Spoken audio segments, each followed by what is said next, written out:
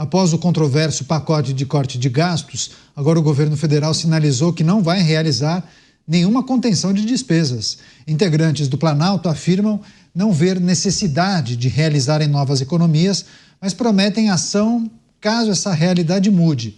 Por fim, o governo disse ter compromisso com o equilíbrio das contas públicas, comparando os gastos a um cartão de crédito e alegando que não deixaria a conta estourar. Você, Mota, como a gente tem que interpretar esse posicionamento do governo, entendendo que não há necessidade de um novo corte de gastos? O Mota, assumidamente um entusiasta das políticas liberais e por diversas vezes já defendeu aqui iniciativas que permitam que o Estado fique menor, mais enxuto e, naturalmente, as pessoas tenham mais liberdade, sobretudo a iniciativa privada. Quando a gente observa integrantes do governo sinalizando que não há necessidade de um novo corte de gastos, a gente deve entender o que e também a gente precisa apontar para qual cenário, o que deve vir por aí a partir de uma declaração como essa. Você não pode esperar que pessoas que ganham a vida e sempre ganharam a vida sendo pagos pelo Estado e aproveitando oportunidades de remuneração oferecidas pelo Estado, você não pode esperar que essas pessoas queiram reduzir os gastos do Estado, porque, afinal, é disso que elas vivem. Isso me lembra uma reflexão de Franz Oppenheimer, é um pensador que explicou como o Estado foi criado. Essa explicação eu vou dar outro dia, mas eu só queria trazer aqui uma reflexão dele. Ele disse o seguinte: existem dois meios de ganhar a vida, né? Um meio é o meio produtivo, ou seja, você arranja uma ocupação, presta um serviço, produz alguma coisa que as pessoas precisam, e aí você vende isso, recebe o dinheiro, ou você trabalha em algum emprego e recebe o salário. Esse é o meio produtivo de ganhar a vida. Agora, o Oppenheimer diz que existe também um outro meio, que ele chama de meio político. Esse meio político é você fazer parte do Estado e aí usar a força para cobrar impostos das pessoas que produzem. Você, Beraldo, como a gente deve interpretar essa sinalização? Tivemos uma iniciativa do governo federal, inclusive o empenho do ministro da Fazenda, mas todo aquele esforço acabou não dando tão certo, né? O programa de corte de gastos não atendeu exatamente os anseios de grande parte da classe política, do empresariado, e agora integrantes do governo sinalizando que não há necessidade de um novo corte de gastos. Muitos esperavam, né? Mas outros diziam, pouco provável que aconteça alguma coisa.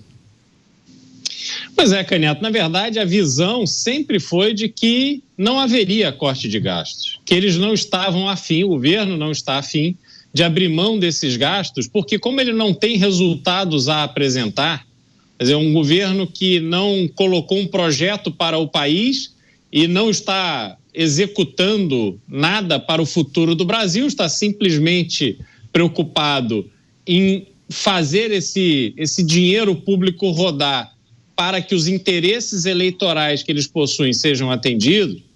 Então, o governo nunca teve essa intenção. Tanto é que a gente precisa lembrar aqui como é que foi o histórico. As medidas foram apresentadas não por pessoas aleatórias, burocratas ou pessoas que vieram da iniciativa privada e colocaram as suas pretensões de corte de gastos ali de uma forma desavisada quando levaram ao Congresso para serem analisados politicamente. Esse pacote foi elaborado por pessoas com grande experiência no ambiente político e sabiam muito bem o efeito que essas propostas teriam quando apresentadas ao Congresso. Então foram apresentadas, já com 24 horas já tiveram várias alterações e depois aquilo foi ficando ali de lado, porque no fundo, o que temos de verdade é isso. Não há nenhuma disposição do governo para reduzir o seu custo, para fazer corte de gastos. Então, o Brasil tem que se contentar com a realidade de que será um país inviável em 2025 e em 2026. Não há nada que se faça para permitir que o Brasil pare de pé. E aí, em 2027, Canhoto, a gente vai ter que apurar o tamanho do buraco. vamos ter que avaliar quanto tempo nos levará como nação para nos recuperarmos desse caos econômico que está produzido agora pelo atual governo. Agora, Dávila, ninguém tinha a expectativa de que esse governo desse um cavalo de pau de 180 graus, quisesse adotar os preceitos e os conceitos, sei lá, de um Estado mínimo. Sabíamos que isso não ia acontecer, né? Mas havia muitas sinalizações e até uma certa pressão exercida pela iniciativa privada, pela tal da Faria Lima, o empresariado, de que alguma coisa precisaria ser feita. Apresentaram um projeto que atendeu muito pouco daquilo que se esperava e a gente possivelmente vai observar um cenário econômico em que o Brasil possivelmente vai colapsar. O que a gente precisa trazer e refletir sobre a necessidade de diminuir o tamanho da máquina pública, um novo corte de gastos, mas essa sinalização de que isso não irá acontecer nos próximos 2 anos? É verdade, Caniato, porque o fato é o seguinte, o mercado tinha uma fotografia do Lula que é completamente errada. É a fotografia do Lula nos primeiros 2 anos do seu primeiro mandato entre 2003 e 2005. E aí, porque em 2003 e 2005 teve ali um pingo de juízo? Não, esse é o Lula. Mas todo mundo esqueceu que no primeiro mandato, na segunda metade, o negócio já começou a desandar, acabou no mensalão e daí para frente foi um desastre. Mas aí o que acontece? A conjuntura internacional era muito favorável ao Brasil e isso camuflou o problema durante muito tempo. Então, as pessoas falavam assim, não, o Lula vai voltar com essa visão de 2003, 2005, porque ele sabe como a inflação faz mal para o povo, para os mais pobres, e que ele vai ter algum bom senso na negociação para conter a inflação. Mas ele mostrou, durante a campanha e desde o primeiro dia do mandato, que ele não tem nenhuma preocupação com isso, como foi a aprovação da PEC de transição que a gente acabou de mencionar, que só isso já aumentou o rombo fiscal. Então, assim, nunca teve nenhum sinal de que ele teria comprometimento com o equilíbrio das contas públicas. Então, é uma ilusão que foi criada com uma fotografia de 20 anos atrás. Mas não tem nenhum sentido isso à realidade. E o fato é que esse gasto está gerando inflação. E o pior, uma inflação que você não vai conseguir controlar mais. Por exemplo, nós vamos ter que reajustar o preço do óleo diesel agora.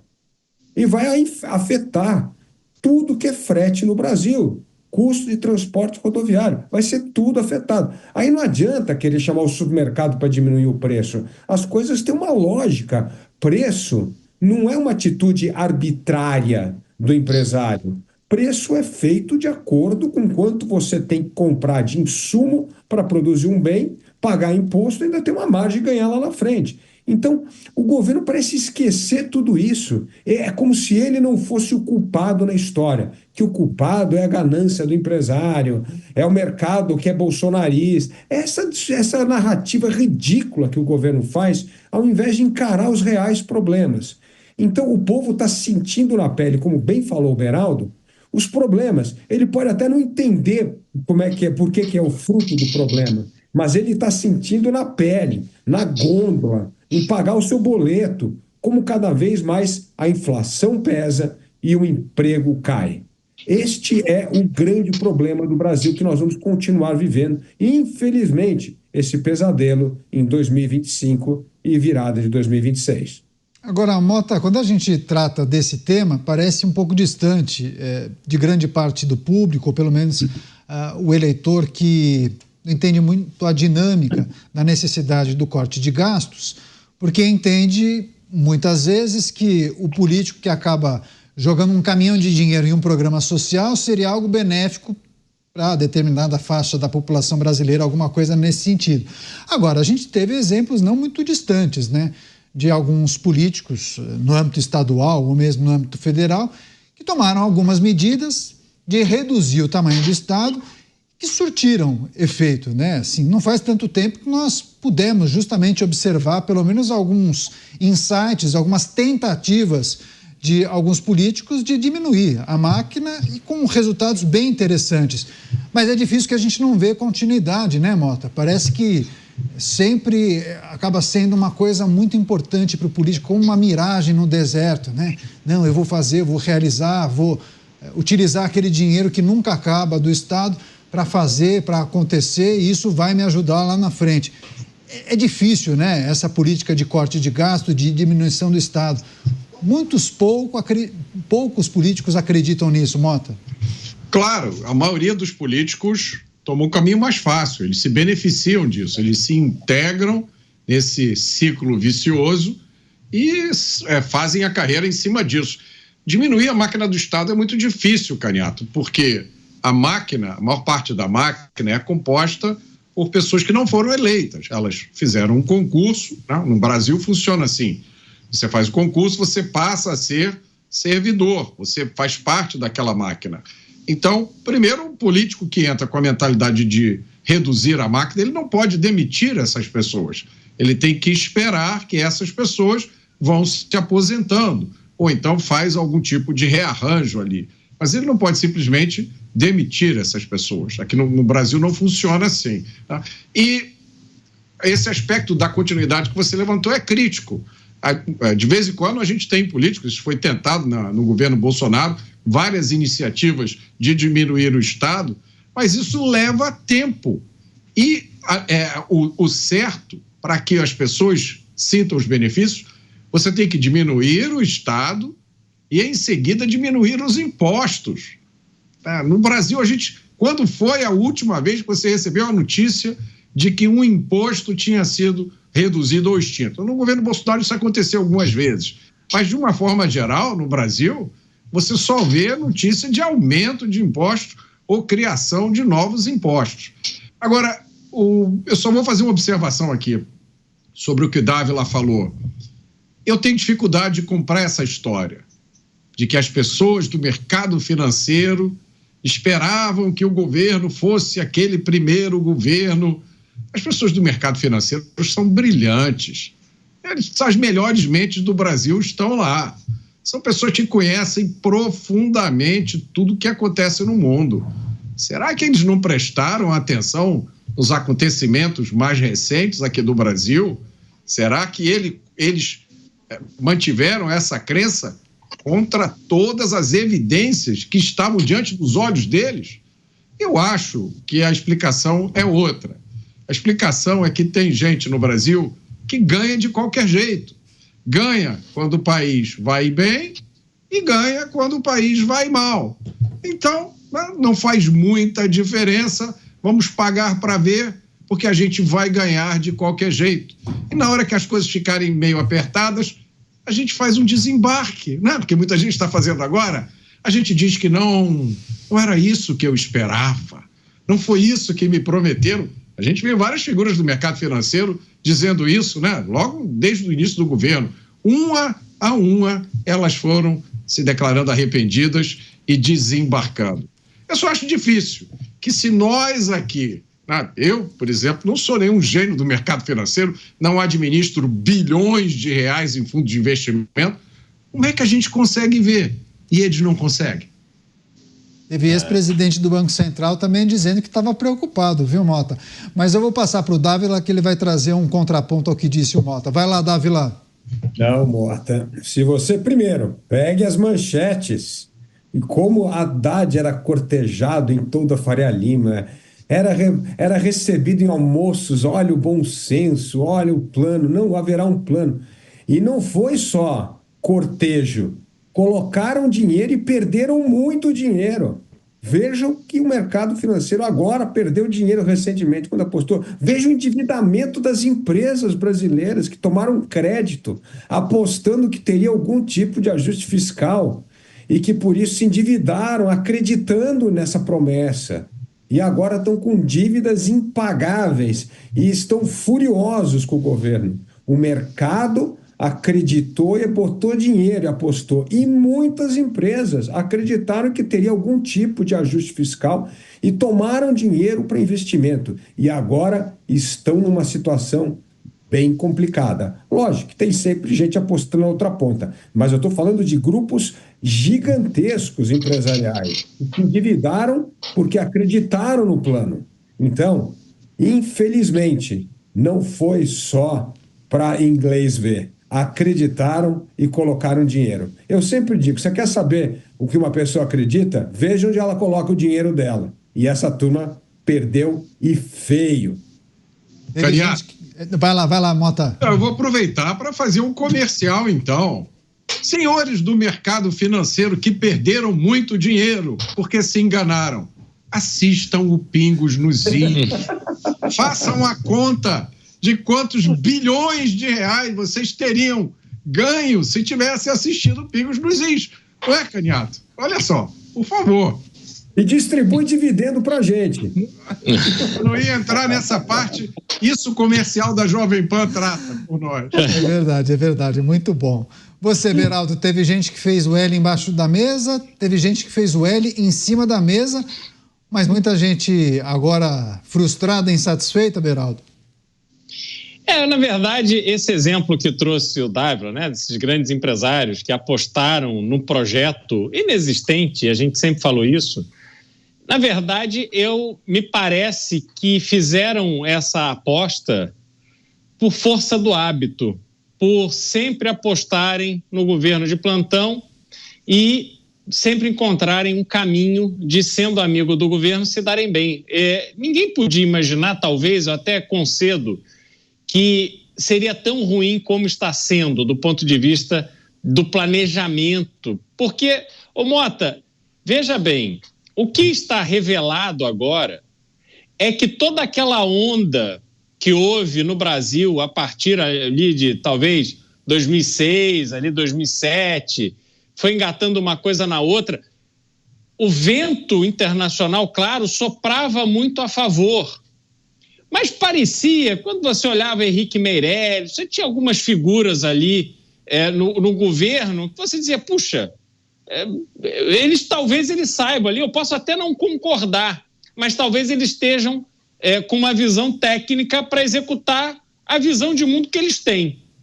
Só que hoje, com esse vexame, essa tragédia que vem acontecendo com o Brasil, a gente vê que mesmo lá atrás foi pura sorte, foi puro vento internacional, porque é impossível alguém que teve uma boa experiência de gestão no passado, ou que pelo menos conseguiu com que a maioria da população brasileira concordasse, enxergasse benefícios nessa gestão, porque não podemos nos esquecer, houve eleição, reeleição, eleição da sucessora e reeleição da sucessora. Então, uma boa parte da população brasileira enxergava qualidade naquele modelo de gestão. Eu fui embora do Brasil, mas muita gente enxergava qualidade. Então, quando você vê essa tragédia que está sendo agora, fica claro que não há nenhum resquício de visão pragmática, técnica, de projeto mesmo a ser executado em relação ao país. E aí a gente entra num ponto que eu queria chamar a atenção, que é a reforma administrativa. O Estado brasileiro é inviável. A estrutura do Estado brasileiro é inviável, não só porque ela custa muito, mas como ela produz pouco. Nós precisamos causar uma revolução nessa estrutura administrativa do Estado brasileiro, sobretudo no momento em que o custo da inteligência artificial vem sendo reduzido, como nos mostrou agora essa semana a empresa chinesa DeepSeek. Então, o Estado brasileiro, sem essa reforma, vai continuar viabilizando essa completa inoperância. E eu vou trazer só um exemplo para a gente falar de funcionalismo público. Há muitos servidores públicos honrados, dedicados e comprometidos, não só com as suas funções, mas com os órgãos que representam e também com o país. Mas há um vasto leque de possibilidades para que as pessoas mamem nas tetas gordas do Estado e não produzam absolutamente nada. Eu vou trazer um exemplo de uma grande cidade, uma grande e importante cidade brasileira, não vou citar o nome para não deixar ninguém chateadinho, e que tinha um prefeito, Caniato, que se reelegeu 3 vezes, eleito, depois voltou. E ele tinha um assessor, segundo grau completo, que foi chamado de fora. Era ali um assessor que não era parte do corpo da prefeitura. De repente, esse assessor, sem ter faculdade, fez um concurso público para o setor de merenda das escolas da prefeitura. Pois bem, passou no concurso, o cargo mais baixo, não exerceu um único dia na função para o qual ele foi aprovado no concurso. Automaticamente, o prefeito muda a regra interna e puxa esse servidor, agora servidor público, para continuar no gabinete do prefeito. Havia uma regra de que o salário, o adicional de salário que ele ganhava como assessor do prefeito, depois de alguns anos, se incorporava ao salário dele. Então, ele era um funcionário da merenda que nunca trabalhou na merenda e que agora ele, apesar de ter o cargo mais baixo, tinha um salário comparável com o cargo mais alto. E para encerrar e piorar de vez a história, este sujeito da merenda, sem o segundo grau completo, foi indicado para o Tribunal de Contas do município, com menos de 40 anos de idade e ficará até os 75 anos. Da merenda, todo o meu respeito ao trabalho da turma da merenda, mas essa figura que nunca trabalhou lá na merenda está no Tribunal de Contas e nós vamos pagar a conta desse sujeito que não tem, do terceiro grau, não tem faculdade até ele ter 75 anos de idade. Esta é a realidade do Brasil e como os cargos públicos são manipulados para atender aos interesses desses caciques políticos que infestam o serviço público e infestam as contas públicas com esses apaniguados aí que ficam mamando nas tetas do Estado. Não conheço o episódio, não sei de quem o Beraldo está se referindo, também não sei qual é o município. Só sei que com essa descrição do Beraldo, só dá para falar o seguinte: que avacalhação, Beraldo, que avacalhação. Agora, eu vou passar para o Mota, mas antes, rapidamente, Dávila, quando o Beraldo menciona as 4 administrações do PT, principalmente nas 2 últimas, a maneira como as coisas estavam sendo conduzidas, os muitos problemas na economia e também em várias áreas, a condução, a articulação política, enfim, é preciso destacar a maneira como Michel Temer pega o governo brasileiro, administra por 2 anos, promove uma série de reformas, muda os índices completamente e entrega um país, não vou dizer em ordem, mas muito mais ajustado do que ele pegou, entrega para Jair Bolsonaro, que consegue avançar em uma agenda que vinha sendo defendida principalmente por muitos setores estratégicos do país. Eu sempre gosto de destacar o trabalho que foi feito por Michel Temer, que eu acho que foi assim muito importante naquele momento, né, Dávila? Muito importante. O juro estava em 2 dígitos, que nem está agora, e caiu para a menor taxa de juro da história do Brasil. Por quê? Porque a primeira medida do governo Michel Temer foi o teto de gasto, foi disciplinar o gasto, foi frear o crescimento do gasto, respeitou a regra de ouro. Então, e o que aconteceu? As finanças públicas entraram nos eixos rapidamente depois do desastroso governo Dilma Rousseff. Depois, aprovou reforma trabalhista, aprovou reforma do ensino médio, aprovou um monte de lei importante. Por que isso é fundamental? Porque naquele tempo, você se lembra que ele foi um dos presidentes mais impopulares do Brasil. E mesmo com a impopularidade, ele fez o que era certo: disciplinar as contas públicas e avançar com a agenda das reformas. E o Beraldo trouxe um ponto fundamental. O Brasil vem postergando essas reformas importantes porque, na verdade, quando a maré externa ajuda o Brasil, parece que encobre os problemas. É que nem maré. Quando a maré sobe, não encobre lá o buraco da praia, é isso que acontece. Depois, quando a maré recua, você começa a ver todos os buracos. Então, o Brasil surfou nessas ondas de bom período do comércio global e aí ficou postergando as reformas, quando deveria aproveitar essa maré positiva para aprovar todas essas reformas que a gente precisava ter aprovado há muito tempo: a reforma tributária, a reforma trabalhista, a própria reforma administrativa, tudo precisava ter sido aprovado. E nós perdemos um tempo precioso.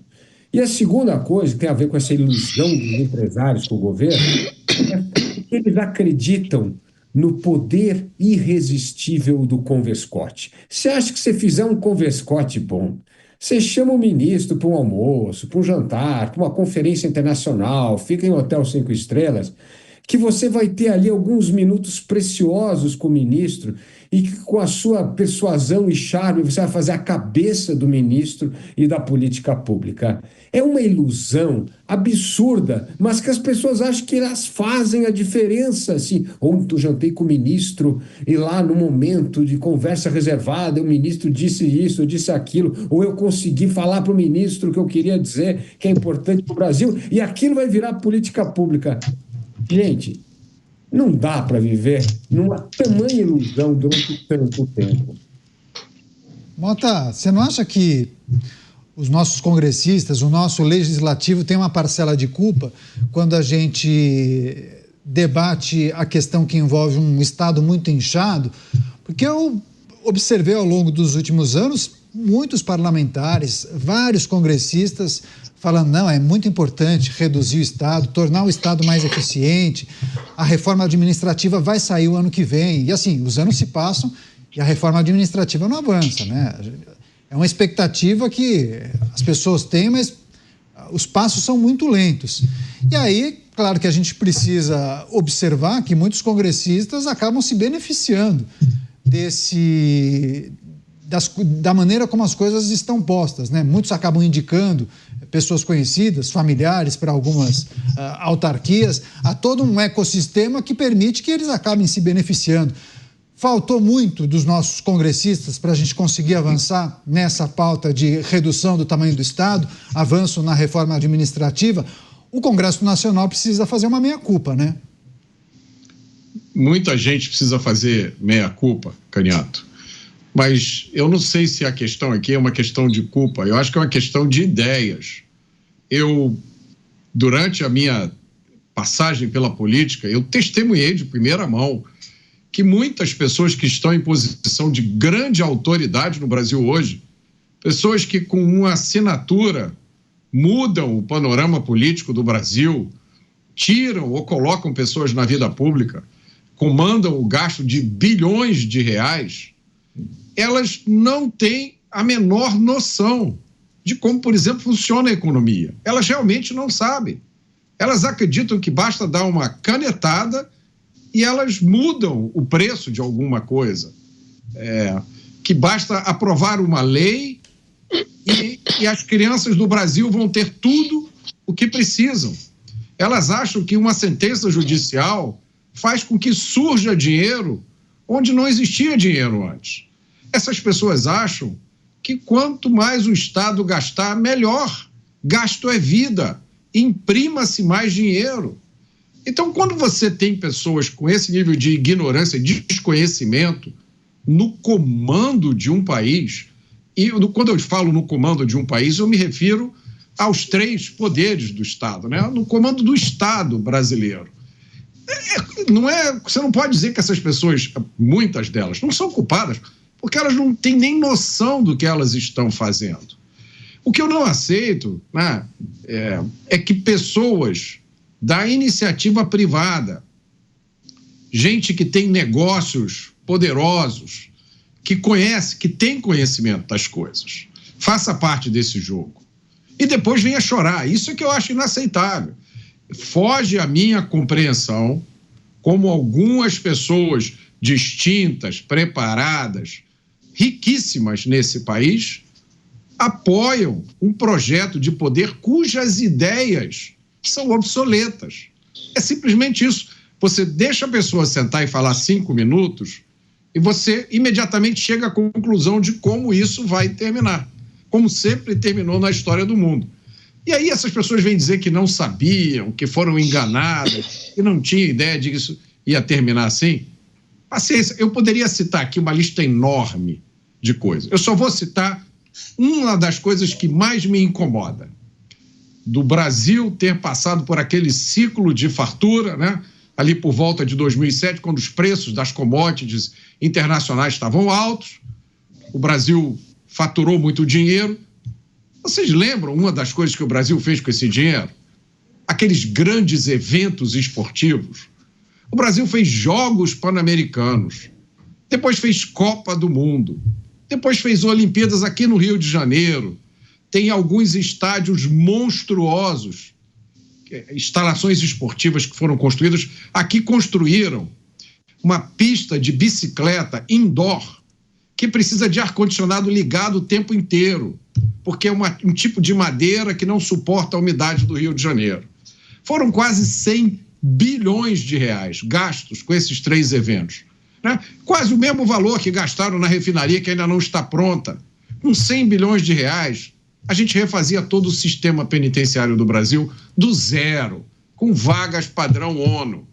Agora vocês me digam, como é que a pessoa, como é que o executivo, o dono de empresa, o grande investidor, gestor de fundos, assiste isso e depois diz, não, vamos dar um voto de confiança, dessa vez vai ser diferente.